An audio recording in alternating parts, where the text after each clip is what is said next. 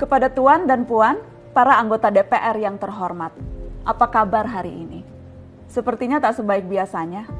Sama, di sini pun begitu. Kita semua memang sedang diuji.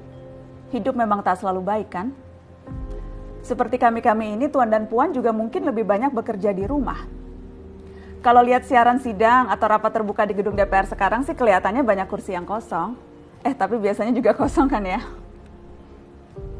Tuan dan Puan anggota DPR yang terhormat. Saya perhatikan parlemen-parlemen negara lain fokus melawan corona. Tapi rasa-rasanya isu-isu yang keluar dari Senayan belakangan kok kebanyakan tidak terkait corona ya?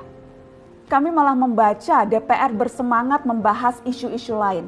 Contohnya, rancangan Undang-Undang Cipta Kerja yang banyak ditolak karena dinilai mementingkan kepentingan investor di atas kebutuhan pekerja. Presiden Jokowi pekan lalu sempat menyatakan pemerintah dan DPR menunda pembahasan salah satu klaster di rancangan undang-undang itu, klaster ketenagakerjaan. Ini untuk memberi kesempatan mendalami substansi dan mendapat masukan dari banyak pihak. Berpegang pada alasan itu, maka sudah seharusnya klaster lain dalam RUU Cipta Kerja pun perlu ditinjau ulang. Karena yang lain juga bukan tanpa masalah, terutama dari perspektif lingkungan dan keadilan gender. Tidak cukup hanya menunda pembahasan satu klaster saja. Ada juga RUU lain yang masih nekat mau dibahas. Ada RUU KUHP yang tahun lalu diserbu unjuk rasa. Lalu RUU pemasyarakatan. Ada koruptor yang sudah ngebet pengen bebas kah? Apa kabar Pak Yasona? Terus terang saja, membahas undang-undang yang menyangkut hajat hidup orang banyak di masa seperti sekarang ini terlalu mengundang curiga. Gara-gara pandemi yang pada jatuh cinta saja berani menunda nikah loh. Ini kok DPR buru-buru banget kayak lagi kejar setoran? Tidak ada undang-undang yang tidak penting, semua penting. Justru karena undang-undang itu penting, aneh jika pembahasannya diseriusi di waktu seperti sekarang.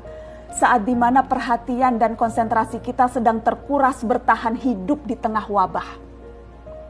Produk hukumnya pun berpotensi cacat bila tidak memenuhi ketentuan, dan rasanya belum ada aturan pembahasan RUU secara virtual. Jika ngotot menuntaskan Omnibus Law, atau RUU KUHP, atau RUU pemasyarakatan, jangan salahkan jika ada yang menilai DPR tidak menjadikan perang melawan corona sebagai prioritas. Saya percaya setiap tindakan dan keputusan di masa krisis mencerminkan skala prioritas. Atau memang inikah prioritas wakil-wakil rakyat kami saat ini? Bikin ribut juga jelas tak seharusnya jadi prioritas. Satgas COVID-19 DPR kemarin dikabarkan mengimpor jamu ilegal dari Tiongkok secara besar-besaran untuk pasien positif virus corona. Satgas kemudian membantah itu, katanya ini diproduksi di Jakarta dan merupakan sumbangan Wakil Ketua DPR RI Sufmi Dasko yang akan dibagikan gratis ke berbagai rumah sakit. Kemudian dikabarkan juga jamunya mengandung bahan berbahaya dan belum terbukti klinis. Satgas lagi-lagi membantah, katanya sedang proses mendapatkan izin edar di Badan Pengawasan Obat dan Makanan. Sedang itu berarti belum kan ya? Tuan dan Puan yang terhormat, niat baik pun perlu proses yang baik. Proses yang semrawut hanya akan disusul polemik. Sementara sekarang kita sedang banyak-banyaknya menaruh harapan kepada negara.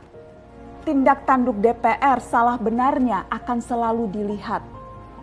Makanya sempat ramai juga warganet mengkritik Satgas COVID-19 DPR RI yang berfoto mengenakan APD saat hendak berkunjung ke rumah sakit darurat Wisma Atlet menyerahkan sumbangan DPR. Ini dinilai melukai hati masyarakat.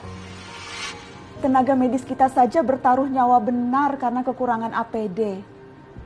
Tidak ada yang meragukan jumlah sumbangan DPR. Kami yakin pasti banyak, namanya juga DPR, beli ribuan rapid test saja mampu, ngeborong jamu apalagi. Tapi ini soal rasa dan empati. Kecuali ya, kalau yang dipakai anggota DPR itu APD yang lain, alat pelindung dewan. Salam hormat dari kami yang kalian wakili.